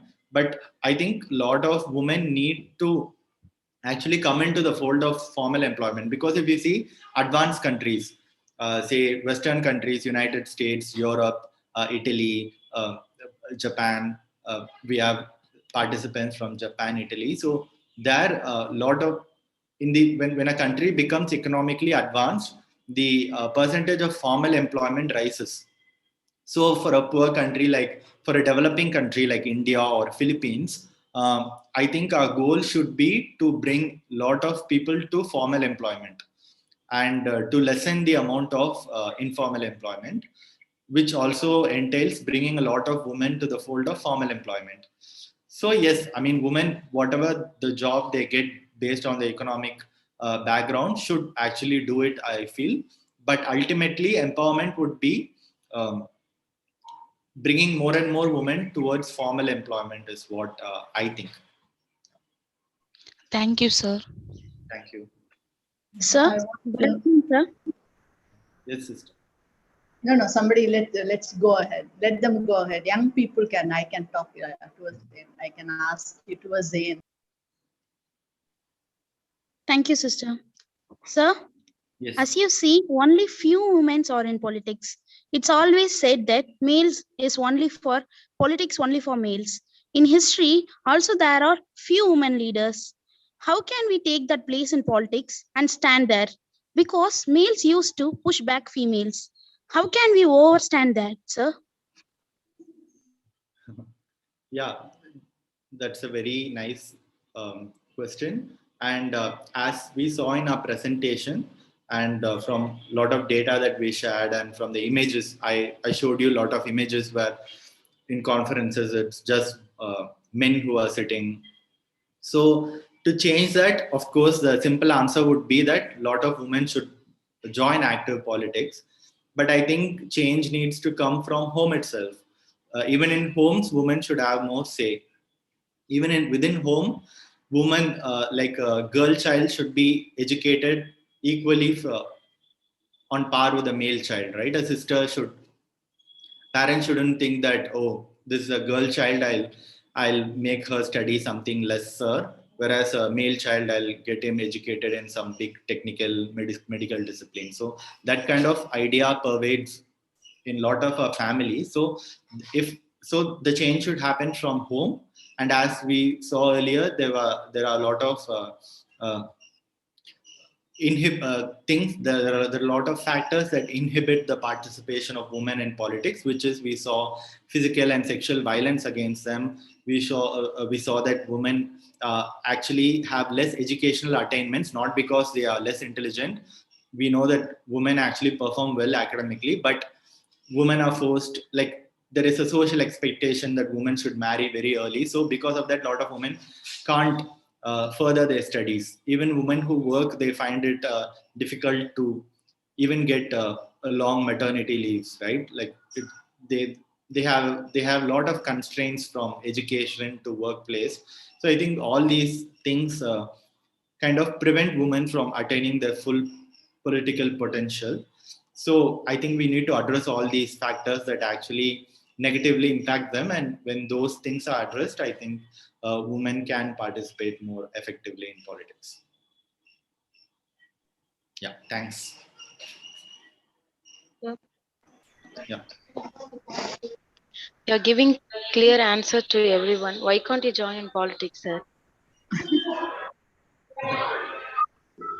Thanks. I I only like giving answers. Even this, I think the most suitable persons to give you answers are the sisters who are organizing it, because they have, as I've said earlier, they have actual experience in actually organizing and leading things. Right, what they are doing is also politics, and I think they would. But I'm just a student and teacher of politics, so I'm not very equipped for that, to be honest. Thank you. Can I? Yes, sister. Is any youngsters would like to intervene? Okay. I would like to tell young people, together with all of us sisters, we are here. It's only we need to stand for values. We have learned these values at home, in the institutions, in schools and colleges, everywhere. What is the humane values? And as Christian Catholics, if we see, there are gospel values are there. These values we need to have, like for example, sincerity, honesty, respect, like dignity of labor, uphold each other, encouragement, support each other in the time of trials and tribulations. This all begins at home, So that's how we can become a leader, because this I am convinced of that. If I am stand for values at home, wherever I am, even in the institution. So at home, maybe parents may be controlling us and conditioning us. But when you are younger age, it will be very difficult. Even I too found it very difficult at your age. But as we grow, we'll be able to understand for whom are they saying. Even in the college institution also, any rules and regulation, if we feel that why they are all the time they are controlling, why they are conditioning. But gradually as we move on, you will understand. So how will you understand? Unless I stand for the values, I'm convinced for what I learned at home. No respect for one another. See, for example, it is beautiful women forum, we are there, politics and leadership. Begins at home leadership. Respect my mother, married people respect my mother-in-law. So as we have to give and take policy with lot of respect. We cannot dominate over the men, but then so it is a complementary role we have to play at home or in working places, I feel. So I invite the young people, what are the values? Let's identify humane values, love, justice, truth, sincerity, honesty, service mindedness, reaching out to the people. So all these, there are human values and the gospel values are there. If I know, if I understand better, let me be convinced of these values. If I stand for the, raise out for the voice for the voiceless people, there I become a leader. Maybe around my house, within my village, wherever I am, actually small issues are there for the drinking water or cleanliness, Swachh Bharat and all that we are, Clean India, all that we are promoting. But what am I doing in and around my house? My own institute, that alma mater I am entering. How am I playing a role what makes me difference my presence in the institute? Where am I convinced of the values that is being proposed by the educators and my parents? So if I am convinced, if I am able to accept, tomorrow if I propose something, somebody else will be able to listen and implement that. So unless I show it, that's how we can become a leader. That's what I understand. The young people are really energized and enthusiastic to become leaders, political leaders. So let's become a leader at home, wherever we are, not dominating, but then it is respecting the role of each other and contributing my service and my leadership qualities and the values. Thank you. God bless. Thank you, sister.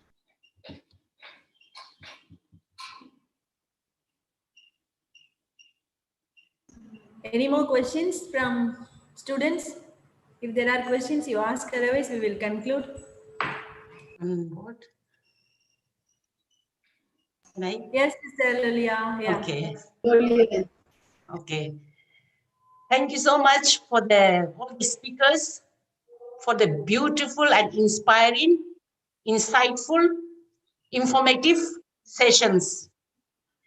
Greetings from Mother Generals, counselors, Sister Runita, Sister Yvonne, and all the sisters from here.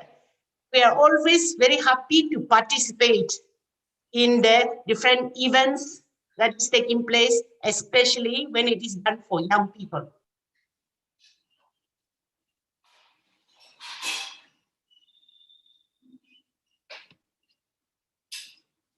Can't hear. Sololia cannot hear. Sister, you muted your audio. Okay. Yeah. So as all the three speakers spoke so very well on women empowerment, the leadership. So I just would like to add one small reflection of mine. To be empowered, we need to go through self-empowerment. How? By overcoming our self-pity, I cannot attitude. So when, in short, when we start empowering ourselves, we start becoming a leader. Leaders are not born, leaders are made. So the first and most famous step to empowerment is change of mentality. Many a time, especially because of the situation in which we are, many a time we ourselves are thinking, oh, I cannot do this, I cannot do this. If I do this, what people will say. So the first and foremost thing we have to do is change our mentality with all the, just now what Sister Regina said, put in all the values, divine and human values. Tell yourself, I can, I must, I will. So that if we have this attitude, we can become effective leaders. And we see many young people are here. We believe in you, that you are the cream of our society today, and you will be the leaders of tomorrow. So thank you so much for this very important topic taken by Sister Silvarani and the core group of Auxilium College there, and the initiative that CHOW and PCI is taking. Thank you. We will always be there to support you, to be with you all, and we continue to wish you the best of luck in the new venture. All the best. And thank you, Johnny, for the wonderful presentation. A young person inspiring other young person. Great job. Thank you, Sister. Thank you. Thank you very much, Sister Lolia, for the encouragement you have given, and we will do in future. Thank you.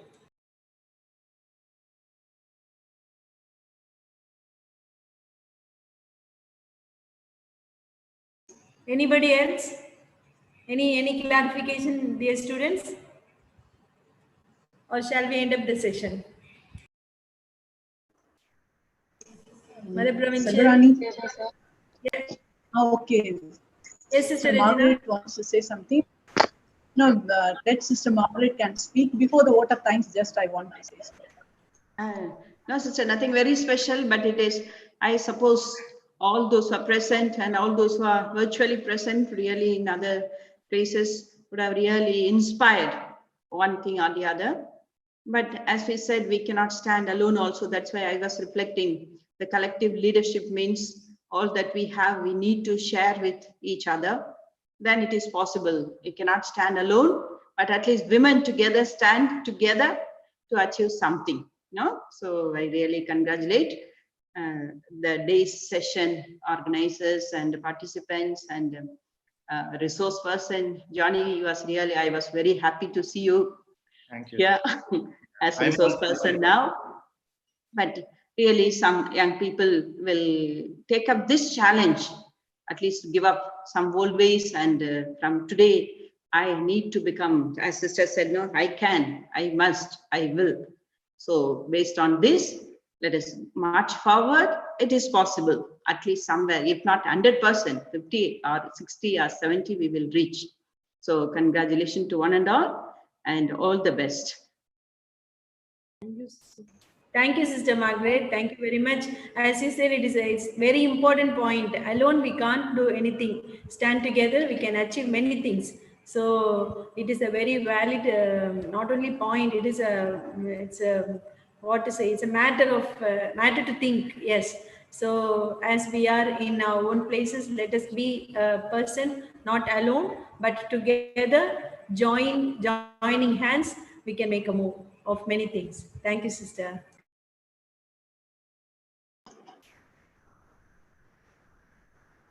Can I, Sister Selva? Yes, Sister Regina. Yeah. Okay. because before the vote of thanks, I would like to thank and congratulate sincerely, first and foremost, Sister Yvonne and Sister Lolia, because always they are in the webinar program without breakfast, without anything, because their timing is 6:30, 4.5 hours, we are ahead of them. So I sincerely thank Sister Lolia and Sister Yvonne. They skip the breakfast, only they go for brunch or lunch, I don't know. They miss mass without going for mass. You are the great leaders of the institute. So I thank you for both of you. Always they are present. This is the 5th International ISS FMA networking program. Always from morning, from the beginning till the end, you are with us. You are encouraging. Your loving presence is something appreciable. I am happy and proud of you, Sister Yvonne and Sister Lolia. Please extend our gratitude to Mother General and to Sister Runita, because she gave a message on 1st of March for this 2020-21 for the 8th. So I just a little bit only I mentioned about that. Please extend our love and gratitude to Sister Runita too, and all the other counselors, of course. You know? So also next, I would like to thank Sister Margaret Amlana, PCI President and Provincial of Trichy, always ever available. You know, when I asked her in November program also, she accepted. Now for the province, that Sister Selvarani is doing. And always you two are present with us. When you come to the forum, you are with us. I really appreciate Sister Margaret. In spite of your hectic work, all of you, especially the great leaders of the Institute, being with us in this forum is something very inspiring and motivating to us also. Thank you and God bless you, Sister Margaret. A special congratulations and thank you to Sister Selvarani, the convener of this program. Along with Sister Marie Pushkin, the secretary would have done, and your team, especially the staff members are here. I would like to thank each and every one of you for your wholehearted cooperation, collaboration to implement this 5th international program. That is ISS FMA Asia networking program. From the bottom of my heart, I appreciate and thank you, Sister Selvarani, for all the meticulous planning and everything. And also I would like to thank Johnny. Johnny, I have seen him as a small boy in Auxilium College. I think with your mother you had come. Now you have grown and you are doing doctorate. I congratulate you, for your input session.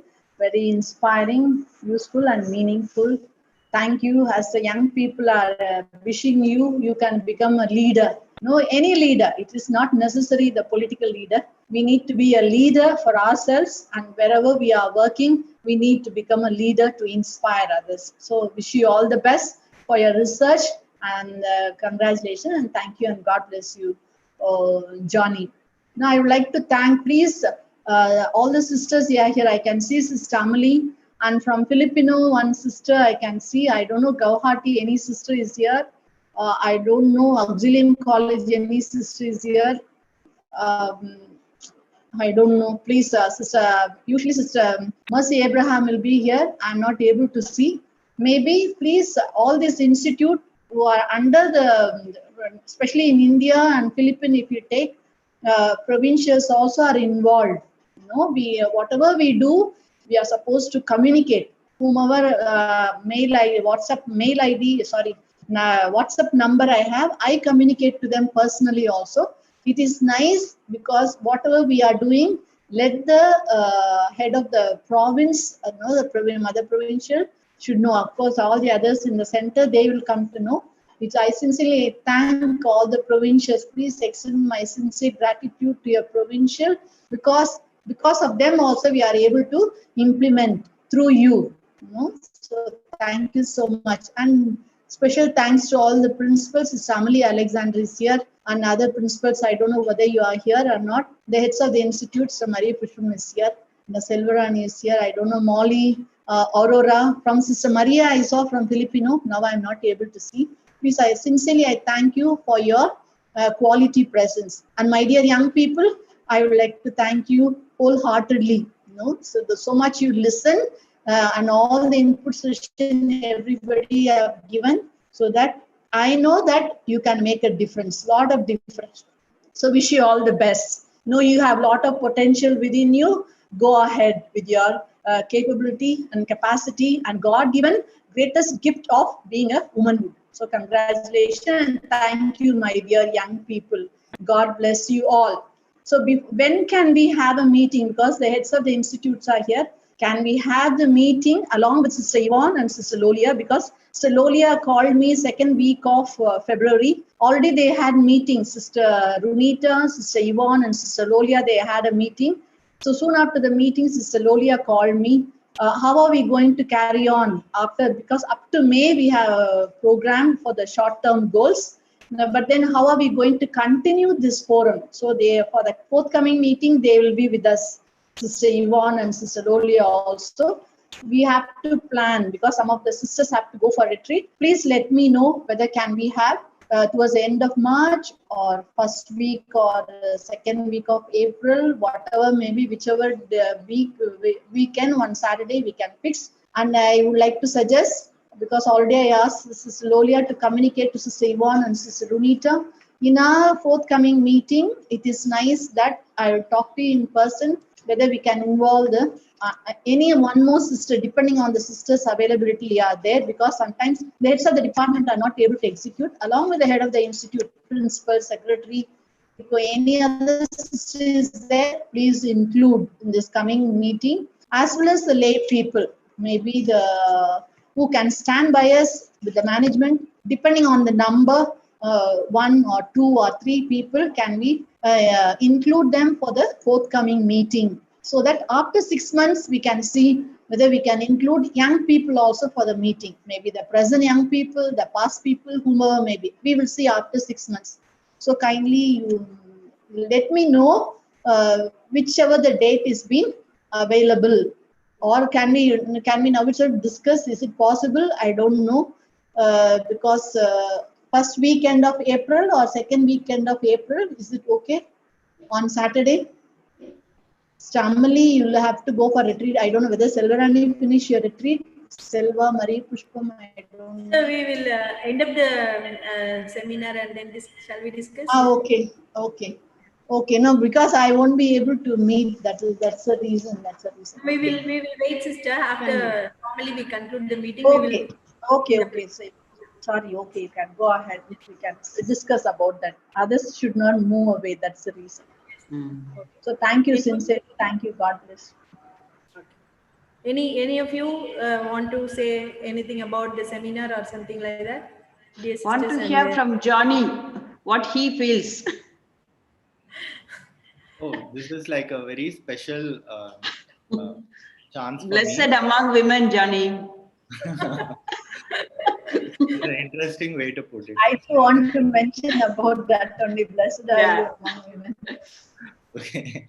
Yeah. Truly. But it's a very special chance to interact with the Salesian sisters, because, as you know, the community has played a huge role in my personal growth and family as well. So it's indeed a great chance. And not just that, so many students listening and participating. That was a very special thing. And it's not just India. I saw sisters from Philippines participating, and they were actively engaging with it also, and even clarified one of my doubt, and I felt very good in that. And and I see sisters from Rome, so it's like a very great chance to actually talk to such a literally widespread audience. So thank you, sisters, for that. Yeah. Thanks for the chance. Yeah, thank you.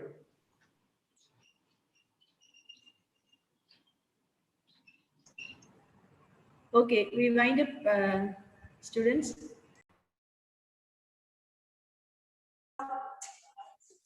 Yes. Thank you, dear sir, for the great and wonderful time you have made, as you have enlightened us with your thought-provoking speech. It is truly needed for us, and you have given a lot of practical suggestions to come out of our traditional boundaries to shine high. You are amazing in your understanding from our point of view. You spark us with the light to be daring and courageous to do the right things which are of birthright. You boosted us to be the women of auxilium even throughout our life. Thank you once again. Now, over to Mrs. M. Sangeeta, Assistant Professor, Department of Physics, to put forth a vote of thanks, expressing the sentiments of gratitude.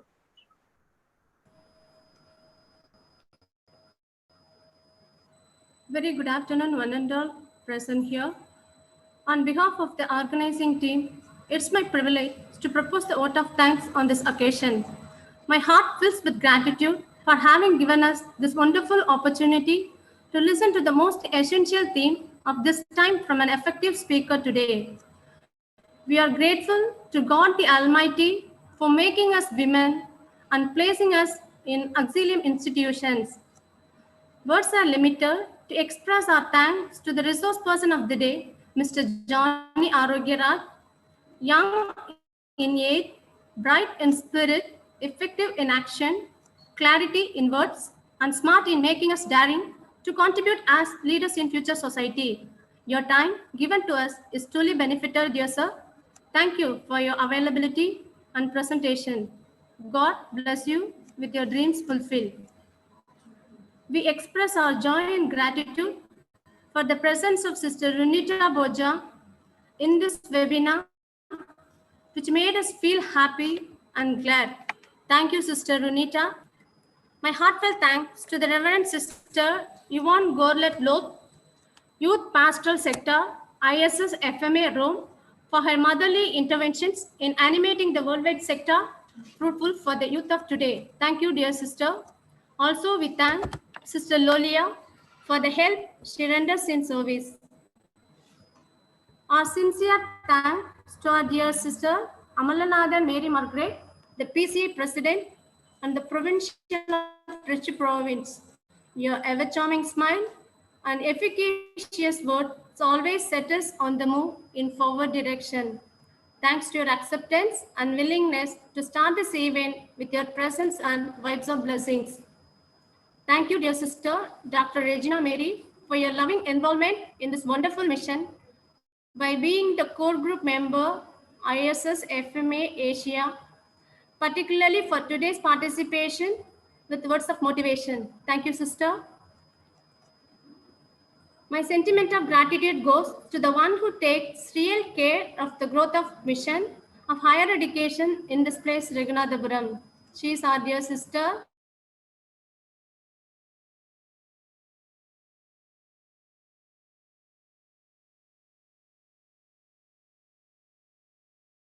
Dr. P. Selvarani, who constantly accompanying us and keep supporting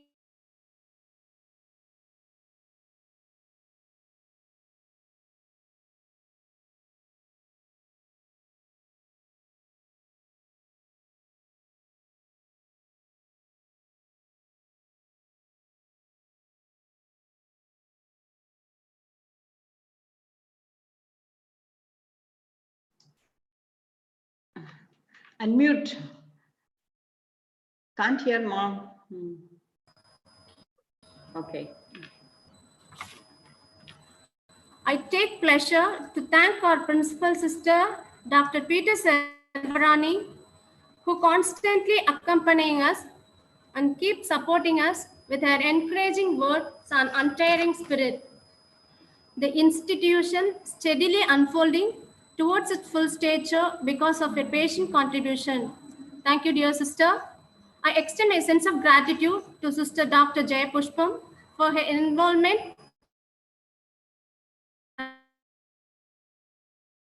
and sense of belonging. Dear song you play and made the youth singing for God.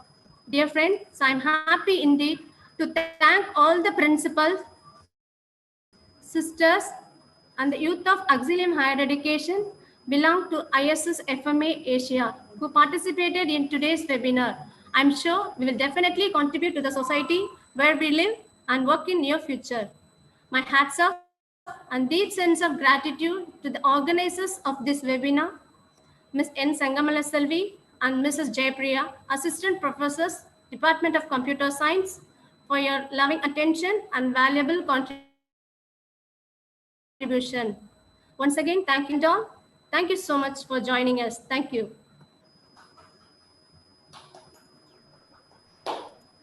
Thank you and God bless you. Thank Before you. to disperse, we will meet maybe all the sisters, those are there at the institute, along with Sister Yvonne and Sister Lolia. Sister Margaret, also, you feel free whether if you want to be with us or you feel free. It's left to you, Sister Margaret. Others will be there. I Yeah. wish you all a Today- very happy and holy, meaningful journey of Lenten season. A very happy Easter to all of us. Thank you and God bless you.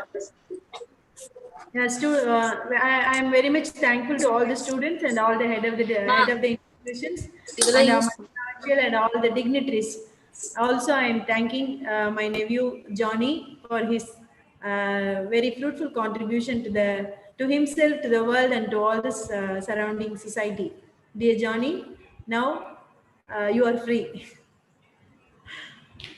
Well, okay, now we are going to have a meeting here. So once again, I thank you and God bless you. You want to say? Wait up. Students also can make a move. Only the heads of the institutes will be there. Whoever is here, maybe those who are representing from Philippines also can be here. Maybe Students, you can now can go and do your duties. Now the seminar got over, so you can now wind up.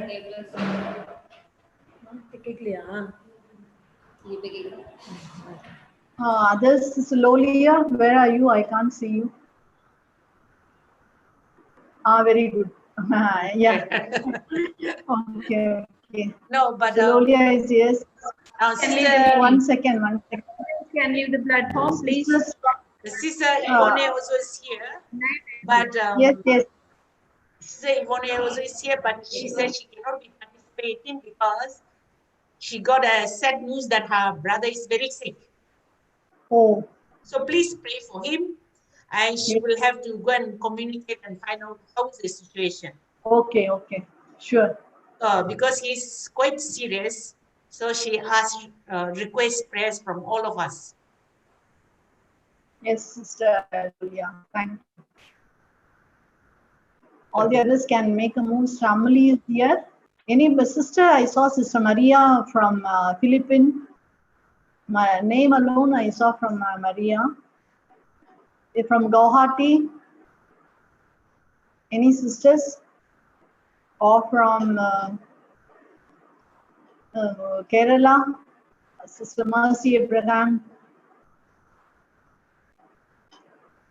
All the other participants can move. Yes.